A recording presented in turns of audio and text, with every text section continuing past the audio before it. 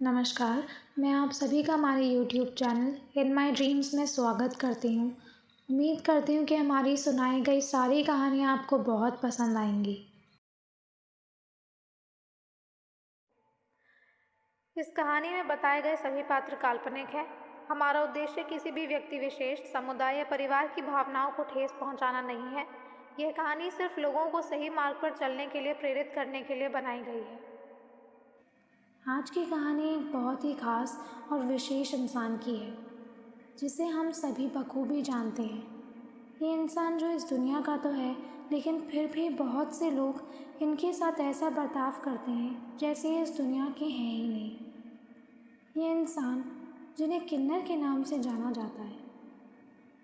कहने को कहूँ या मजाक बनाने के लिए इन्हें कई नामों से बुलाया जाता है, जो ना ही सुनने योग्य हैं और ना ही बोलने योग्य हैं। लोगों ने इन्हें सिर्फ नाचने, गाने, पैसे मांगने वालों का दर्जा दिया, लेकिन अगर भगवान की नज़रों से देखें तो ये उनका बनाया हुआ एक बेहद अनमोल करिश्मा है, जिन्हें भगवान ने इस दुनिया में प्यार, खुशियाँ, आशीर्वाद बांटने के लिए भेजा है।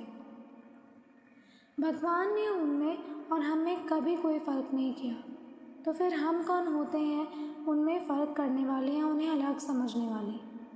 मैं ये बिल्कुल नहीं कहूँगी कि हर इंसान उनके साथ गलत बर्ताव करता है, लेकिन आज की 21वीं सदी में भी ऐसे बहुत से लोग हैं जो उनका सम्मान नहीं करते, जो कि बहुत गलत है। वो तो शिव शक्ति का स्वरूप है।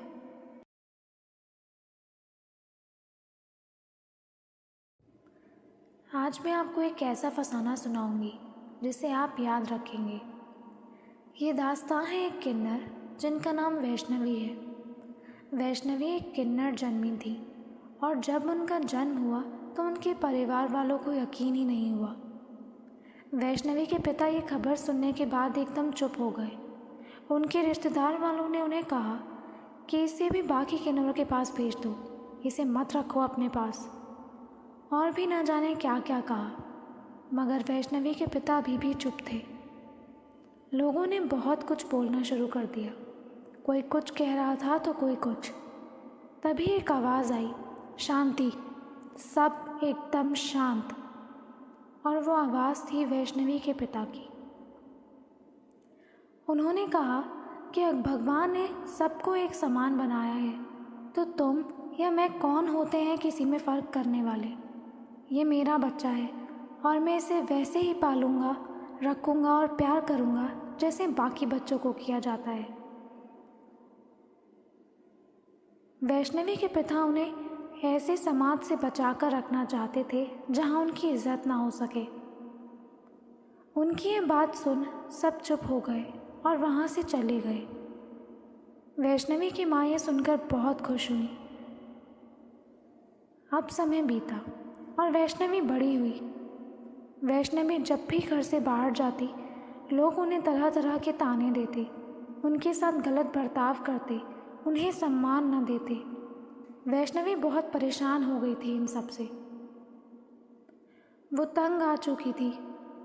एक दिन उसने सोचा कि वो ये सब और नहीं सहेगी और उसने घर से भाग जाने की योजना बनाई, मगर अपने माता पिता को देखकर वह ऐसा नहीं कर पाई। उसने अगले दिन अपने पिता से कहा कि पापा, मैं जानती हूँ आपको मेरी वजह से बहुत कुछ बुरा भला सुनना पड़ता है, इसीलिए मैंने फ़ैसला किया है कि मैं अब आपके साथ नहीं रहूँगी। मैं आपको और दुख तकलीफ़ नहीं देना चाहती हूँ, इसलिए मैं भी मेरे जैसे लोगों के पास चली जाऊँगी और आप और माँ मुझे रोकने की बिल्कुल कोशिश नहीं करेंगे। ये कहने के बावजूद भी उसके माता पिता उसको रोकने की बहुत कोशिश करते हैं, लेकिन फिर भी वो चली जाती है। अब वैष्णवी ने जैसा कहा था वैसा ही किया। उसे उन लोगों के साथ घुलने मिलने में वक्त लगा, पर धीरे धीरे सब ठीक हो गया। कुछ समय बाद वैष्णवी एक दिन कुछ खरीदारी कर कर लौट ही रही थी कि किसी ने पीछे से उसका दुपट्टा पकड़ लिया। उसने पीछे पलटकर देखा तो एक छोटी सी बच्ची थी, जो गलती से वैष्णवी को उसकी माँ समझ रही थी। वैष्णवी ने उससे पूछा, बेटा तुम्हारी माँ कहाँ है? उस बच्ची ने कुछ नहीं बोला। थोड़ी ही देर बाद उस बच्चे की माँ वहाँ आई और उस बच्चे को गोद ले लिया। वैष्णवी ने पूछा, ये आपकी बच्ची है? मुझे लगता है इसने मुझे इसकी माँ समझ लिया, इसीलिए मेरे पास चली आई। वो औरत वैष्णवी को अजीब तरह से देखती है और चुपचाप वहाँ से चली जाती है। वैष्णवी को भी अजीब लगता है और वो इस बारे में सोचते सोचते चली जाती है। 1-2 दिन बाद वैष्णवी और उसके साथ के लोगों को एक घर में नई शादी होने के उपलक्ष्य में बधाइयाँ देने जाना होता है। सब वहाँ नाच गा रहे होते हैं। तभी वैष्णवी को फ़ोन आता है। अंदर ठीक से आवाज़ ना आने के कारण वो बाहर जाती है।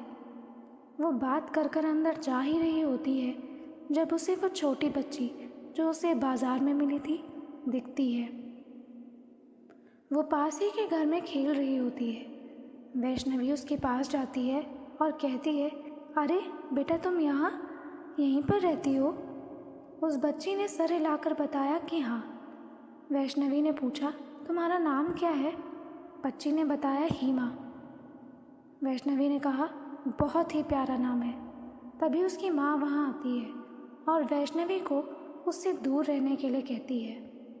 लेकिन हीमा कहती है, ये मेरी बहुत अच्छी दोस्त हैं, मुझे ये बहुत अच्छी लगती हैं। उसकी माँ उसे डांटती है और अंदर ले जाती है। वैष्णवी को लगता है कि वो किन्नर है, शायद इसीलिए उसकी माँ उसे हीमा से दूर रखना चाहती है, वैसे ही जैसी दूसरी माएँ रखना चाहती हैं। उसी दिन शाम को वैष्णवी कुछ काम कर रही होती है कि उसे हीमा रोते हुए दिखती है।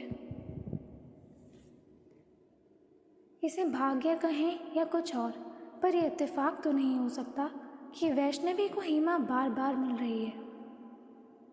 वैष्णवी समझ नहीं पाती कि हीमा यहाँ क्या कर रही है। वो वहाँ जाती है और उससे पूछती है, जिस पर हीमा उसे बताती है कि वो खो गई है। हीमा का रो रो कर बुरा हाल हो गया था। हीमा को ऐसे रोते हुए देख वैष्णवी को कुछ नहीं सूझा और उसे वो अपने साथ आश्रम में अंदर ले गई। हीमा के कपड़े गंदे हो गए थे तो वैष्णवी ने सोचा कि उसके कपड़े बदल दे। उसके पास कुछ बच्चों के कपड़े थे। वैष्णवी उसके साथ कपड़े बदलने के लिए ले जाती है और उसके कपड़े बदल देती है, पर वो बहुत ज़्यादा चौंक गई थी, मानो उसे कोई बहुत बड़ा सदमा लग गया हो। उसे कुछ समझ नहीं आ रहा था कि ये क्या हुआ। उसने ऐसा कभी नहीं सोचा था। तभी आश्रम में ही रहने वाली एक किन्नर उसे बुलाने आई। वैष्णवी बाहर गई तो उसे हीमा की माँ दिखी। उसकी माँ ने गुस्से भरी आवाज़ में पूछा, कहाँ है हीमा? मैं कब से उसे ढूंढ रही हूँ। वैष्णवी उसे अंदर हीमा के पास लेकर जाती है और दरवाज़ा बंद कर देती है। हीमा की माँ उसे गले लगा ही रही होती है कि वैष्णवी पूछती है, आप जानती थी ना ये सब कुछ? हीमा की माँ घबरा जाती है और पूछती है, क्या? मैं समझी नहीं। वैष्णवी ने कहा कि अब मुझे पता चला कि आप हमेशा अजीब क्यों बर्ताव करती हैं मुझे देखकर, और आपने मुझे हीमा से दूर रहने के लिए क्यों कहा। हीमा की माँ बोलती है, क्या मतलब? वैष्णवी कहती है, मतलब ये कि हीमा भी एक किन्नर है और आप डरती थी कि कहीं मैं उसे आपसे छीन ना लूँ। हीमा की माँ कहती है, हाँ ऐसा ही है, मैं अपनी बेटी से बहुत प्यार करती हूँ, इसीलिए उसे खोने से घबराती हूँ। मैं बहुत गरीब हूँ और आप उसे मुझसे अलग कर देंगी, इसीलिए मैंने आपको हीमा से दूर रहने के लिए कहा था। ये सब सुनकर वैष्णवी ने हीमा की माँ को वादा किया कि कोई उससे हीमा को नहीं अलग करेगा। उसने कहा कि वो हीमा को उसकी तरह कुछ भी सहने नहीं देगी। उसके बाद वैष्णवी ने हीमा की पढ़ाई का खर्चा उठाने का वादा किया और उसे समाज में इज्जत मान सम्मान दिलाने का वादा भी किया, और ऐसा भविष्य में हुआ भी। आज हीमा एक सफल वकील है और लोग उसकी बहुत इज्जत भी करते हैं। इस कहानी से हमें क्या सीख मिलती है? इस कहानी से हमें ये सीख मिलती है कि फ़र्क नहीं पड़ता कोई आदमी है या औरत, किन्नर है या कोई और, इज्जत मान सम्मान सबका अधिकार है। हमें कभी किसी के साथ कोई भेदभाव या गलत व्यवहार नहीं करना चाहिए, सबके साथ अच्छे से पेश आना चाहिए। इस कहानी से हमें और भी सीख मिलती है अगर आप जानते हैं तो कमेंट सेक्शन में कमेंट कर कर बताइए। ऐसी ही और कहानियाँ सुनते रहने के लिए हमारे चैनल को सब्सक्राइब कीजिए, वीडियो को लाइक कीजिए। धन्यवाद।